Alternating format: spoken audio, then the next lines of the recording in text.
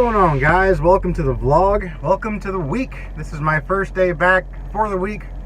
I would have been on the road yesterday, but apparently all the loads got kind of shoved back a day. So I don't really know how that happened, but I got a 3-day weekend out of it, so that was great.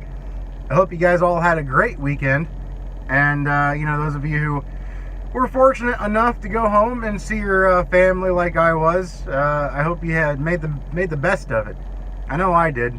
I got some much needed father-daughter-son time. I took the kids up to see my dad in northeastern Ohio, and spent about a day and a half up there. Gave my wife some much needed alone time, because as you all know, all those drivers out there know, the one thing that the truckers' wives don't get a whole lot of if they have young kids at home is alone time. So I gave my wife some much needed alone time, and she spent most of that time cleaning the house and organizing the basement and taking things to Goodwill and she really didn't relax that much. But finally, later on that night, she had a couple glasses of wine and relaxed and watched a movie, probably a chick flick, probably a movie that I would not choose to watch had I been there with her. So she took full advantage of the alone time, and I am very glad she did. And so during that time, I had a great time with my kids up at my dad's house. It's kind of funny to see a dad play mom for a weekend. I'm so forgetful. I swear, I forget everything. Once I have both kids in there and I know I'm going to be driving 4 hours in each direction, it's kind of like, I'm completely cool and collected when I'm driving this big 18-wheeler, but you put me behind the wheel of a minivan with 2 young kids in the back, and I'm forgetting water bottles and food and clothes and who knows what else. But we made it there to my dad safe and sound, and I saw my sister and her family and everybody up there. So it was a good time. My dad made a good dinner for us up there, so can't really complain. So like I said, it was a great refresher weekend, and here I am back on the road. We're going to be heading to Elizabeth with this load. Figured I'd start this vlog out with a little truck wash, even though the roads are crap. By the time I got to my shipper, the truck looks like it hadn't even been washed. But I figure, the way I look at it, maybe it's illogical, but at least I got a single layer of salt off of the truck. It was looking clean for a few miles at least. But I'll be running across 80, and we'll see how that goes, I guess. We'll see. We'll see if the weather holds out going across 80 MPA. Fingers crossed, but I don't know. And then we got about 3 weeks, and I'm going on vacation. Whole family. We're going to. We're flying out to California, to Los Angeles, and boarding a cruise ship with Carnival, and going to Mexico, and having some good family time, some good family memories. We go on a cruise every year, but this will be the first time as the entire family. So usually we have somebody watching the kids, or at least one of them. So it should be a good time. Sometimes we go on a couple cruises a year. We are very, very into the cruise life. We love going on cruises. To me, it's the best bang for your buck. I mean, when you think about it, you might look at it and say, yeah, that's kind of expensive. But think about it. It's a 7-day cruise, and think about how much you'd be spending if you went somewhere and ate 3 meals out every day, had a hotel every night, bought souvenirs, what have you. Just do the math, and when you think about it, cruising is not that expensive when you realize it's all inclusive. Now, of course, alcohol is not included, so that is an added expense, but I'm not a big drinker, so I might buy 1 drink a day, so it's not really that big of a deal. The expensive part are the excursions when you get off the cruise ship at the ports, and you go snorkeling or 4-wheeling or whatever you might want to do on that particular port. That's where it can get pretty expensive because it can be like $300 per person. There's one thing we did. Well, my wife did. I didn't do it, but it was a sled dog in Alaska. You flew up in a helicopter, and it took you to the top of a mountain, and she got to ride with some sled dogs. And there was a weight limit on that, like 220 pounds. I obviously did not meet the weight requirements, so I went on my own little excursion. But that one right there, Alaskan excursions cost a lot more, it seems like. But the Alaskan excursion, that one for her was $500, so they can get pretty pricey. But anyway, yeah, so we're looking forward to that in 3 more weeks. And we can't wait. But anyways, I'm going to finish getting loaded here. Figured I'd jump in and say, hey, how you doing? Hope you had a good weekend. Hope you're staying safe. So anyways, guys, hope you all stay safe, all right? We'll catch you on down the road.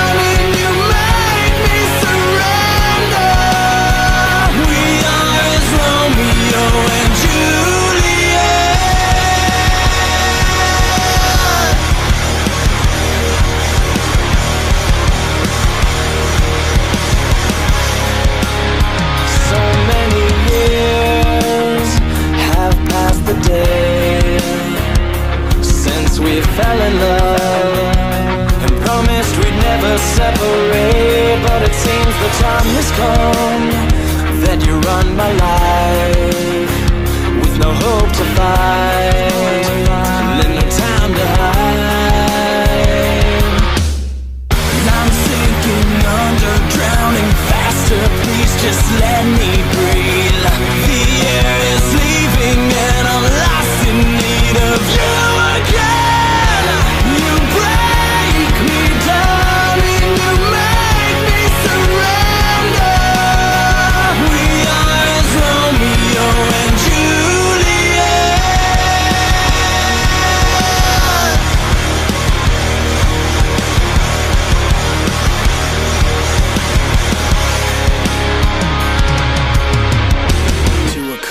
Swore for this life we have chosen. Not as soldiers to a common war we fight, and to this passion of love we may fair and die.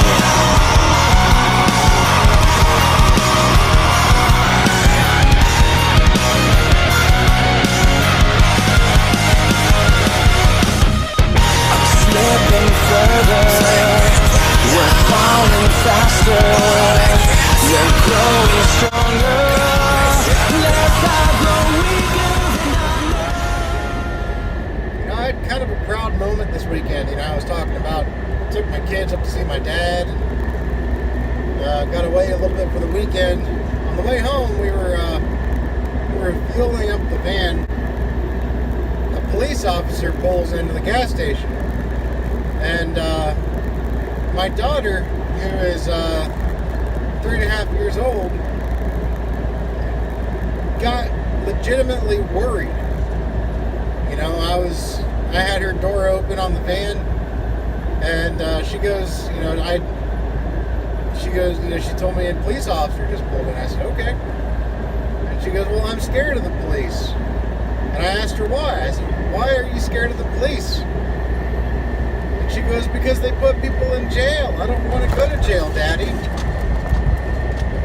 And I told her, I said, look, I said, you have nothing to worry about. I said, they only put people in jail that break the law to a certain, there's certain laws that people will break that warrant them being put into jail. I said, if you don't break those laws, you don't have to worry about going to jail. I said, police officers are just like you and me. They're just people with an incredibly difficult job to do every day. And that's exactly what I told her, and she still seemed a little worried. And I'll probably catch, I'm sure there's going to be people that might see this video and think, they might just look at this differently than I do. And, there's people out there that have negative opinions on cops.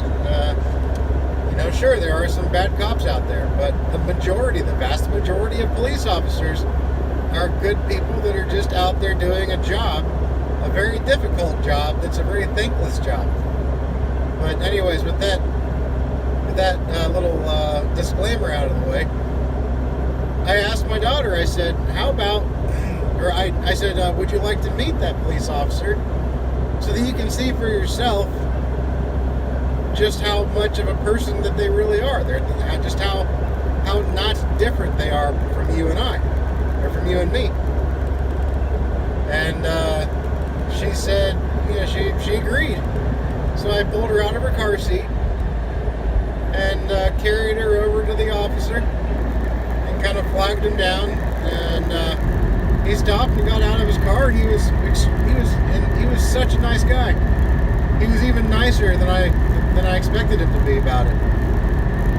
He had a big smile on his face, and he was more than happy to oblige. He was more than happy to show my daughter that the police officers, are not the demon people that so much of the media likes to portray them to be sometimes. And I just wanted to let my daughter know that, and he gave her a high five, and I straight up told the officer, I said, look, I said, my daughter, she's only 3 years old, and she's scared of the police. She's just got this, she's seen one too many YouTube videos, apparently. And, so she's just scared of you guys. And I wanted to prove to her that you guys are not people to fear. Speed warning. And he was, like I said, he was just a hell of a nice guy, and he was extremely happy to oblige. He was about my age. He was around, he was in his lower 30s,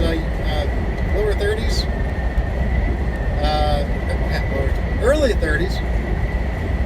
I'm not talking about a temperature here. He was in his early 30s, and just swell guy. I wish I could have gotten his name. But we were in Hilliard, Ohio, which is a suburb of Columbus, and yeah, he was just a nice guy. So he got back into his car. He had places to be, which I understood. And I carried my daughter back to the van, put her in the car seat, was buckling her in. And I said, see, not all cops are bad guys. She goes, well, that cop wasn't a bad guy. And I said, well, I can tell you that the majority of officers are just like he is.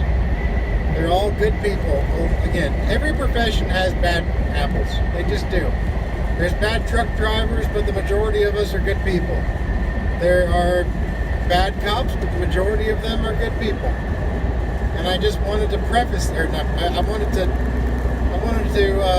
show that to her.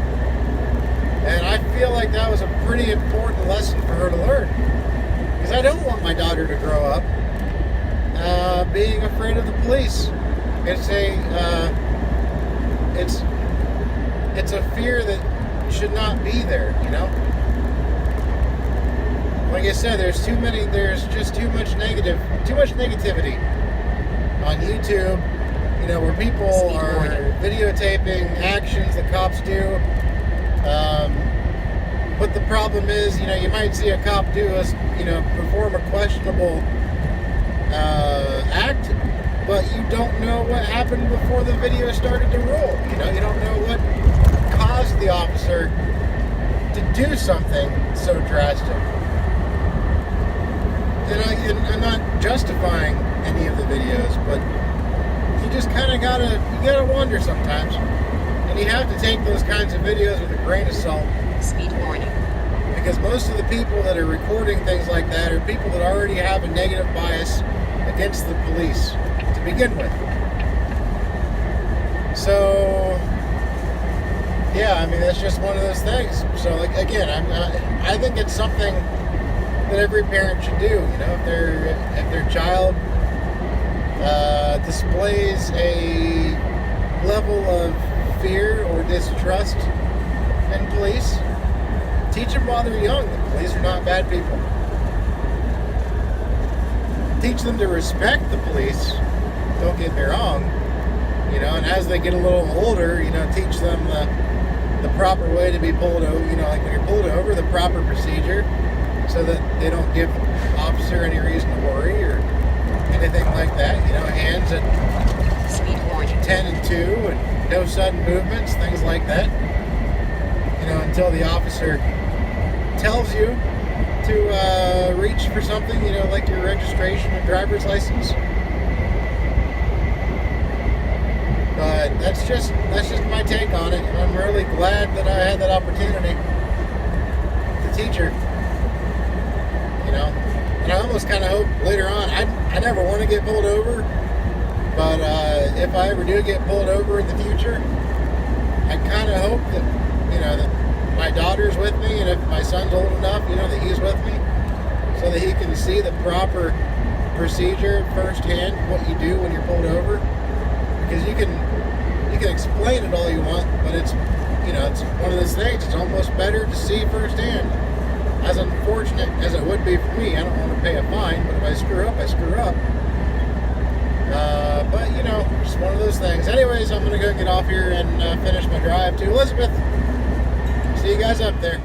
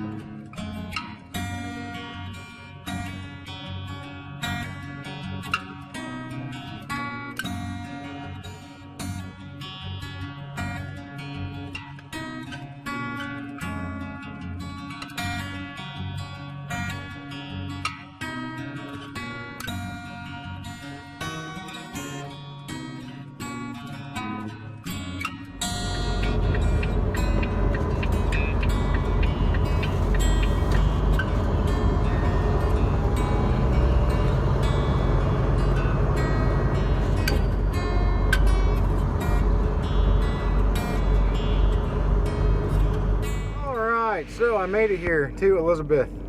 Something I found out kind of interesting about this new truck is the technology that it has. It has what's called Volvo IC technology, and I was just kind of reading about it. I saw that it had that on it before I got the truck, but I didn't know what it was, and it just kind of started to show me what it was driving down the road. And it's really interesting. I don't know how it does it, but it learns the hills that you drive down the road. Like, it learns what hills you regularly go up and down somehow by GPS. I don't know how it does it. But when you get to the bottom, like when you start to climb a hill, like before you even get to the bottom of that, before you even get to the hill, you're still on flat ground, and then the instant that you get to the hill, it automatically kicks down a gear. It only does this in the cruise control mode, and it only does this after you've done this route so many times. It kicks down a gear to give you maximum torque to go up the hill, so that it doesn't downshift in the middle of the hill. And then when you get to the top, like when you nearly crest the hill, it throws it into neutral, into the eco roll, which that's nothing new for Volvo. But it throws it into that eco roll, you know, maximizes fuel mileage to go down the hill. It knows when you're to the bottom of the hill I don't know how it does it. I really don't. It's kind of interesting. It's really weird. I mean, like, there's, you know, it does it before it actually gets to that part in the road. You know, so there's no, it's not like it's, you know, physically, there's nothing changing physically to demand that the transmission does something. The transmission does something before it ever even meets that spot in the road. So I don't know how to explain it, but it's really kind of interesting that the, I don't know. It doesn't have, I don't have that radar cruise control on here that has that distance setting crap. You know, so it's not like it's that automatic cruise control. It's simply called IC technology. And it has to do with the cruise control, but it's not the radar. I don't know, it's kind of weird, kind of cool. But anyway, I'm going to get off here and go to bed so I can get up nice and early and be ready to get out of here once I'm unloaded. And so we'll go ahead and sign off here for now, for the night. So I hope you guys all have a good one out there. Be safe, make some money, and hope you guys have a great beginning of your week. Well, it's my beginning of the week, I guess. Hope you guys have the great rest of your week, rather. And we'll see you guys all in the next vlog. Take care.